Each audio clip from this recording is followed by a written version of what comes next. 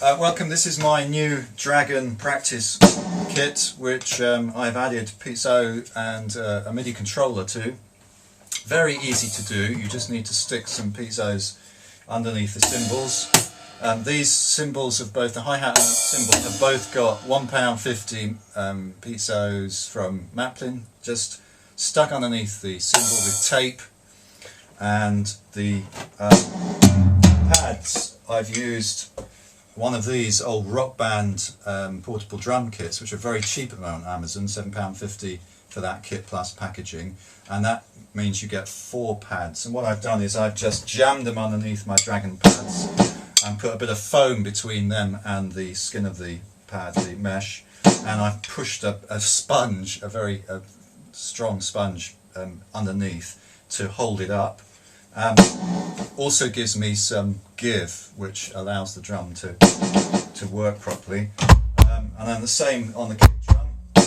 So I've got 4 pads from my Rockband kit. 1, 2, 3, 4. 2 piezos.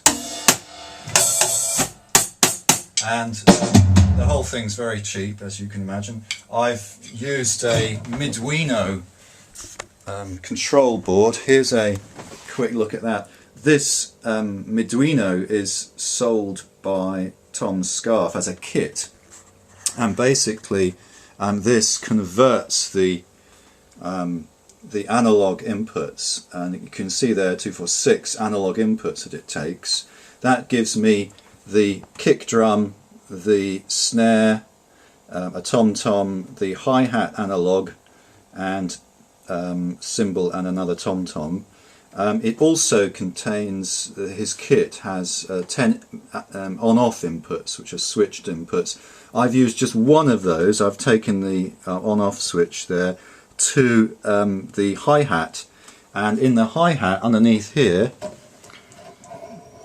you will see, hiding between the 2 cymbals of the hi-hat, a little micro switch, and when the hi-hat is closed, that switch is activated. You have to be careful when wiring this up and not do what I've done, is put too much wire in here, so that the micro switch closes, and I use that digital signal in my software to change the sound that I generate. So the open hi-hat.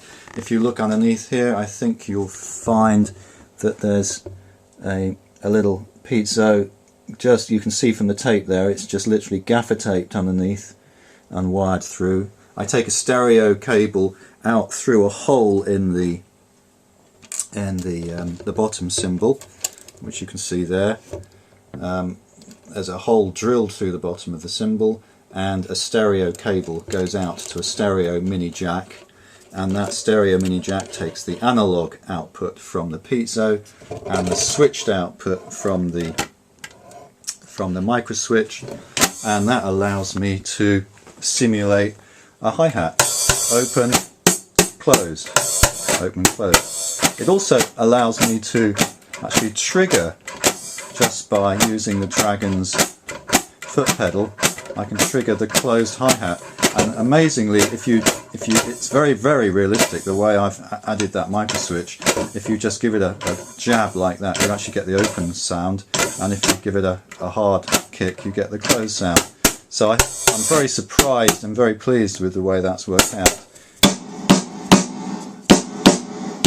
That's the old snare, and I don't know whether you can see underneath, but it's pretty crude the way I've basically jammed a pad underneath with a little bit of sponge there. It's actually a decorator's abrasive sponge, and I've just jammed it underneath, and that's what I've done with all of the pads. So it's fairly basic, but it's really very effective.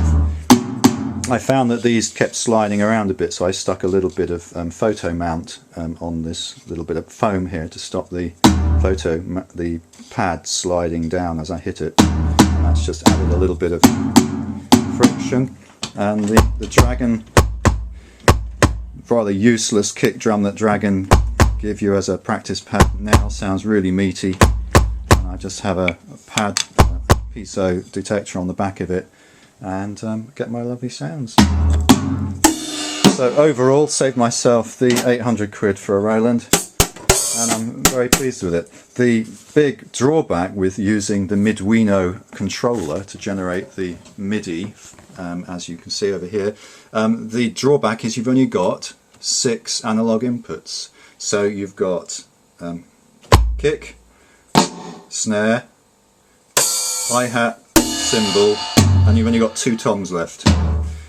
So if you want 3 toms and another cymbal, you'd have to upgrade the whole thing to use 2 of the Miduino controllers and daisy chain them, which you can. The software already provides for a MIDI through. Or you could build a similar thing based on the Miduino, the bigger version of the controller. And again, from Tom Scarf's website, you can buy all the bits to do that. So far I'm very pleased. At the moment I'm just feeding this into an old drum box I've got kicking over here, kicking around, and I've also tried it into the Roland piano. That all works very well. And overall, what was a pretty useless set of Dragon practice pads has now become quite an enjoyable set of electronic drums to try and learn to drum on.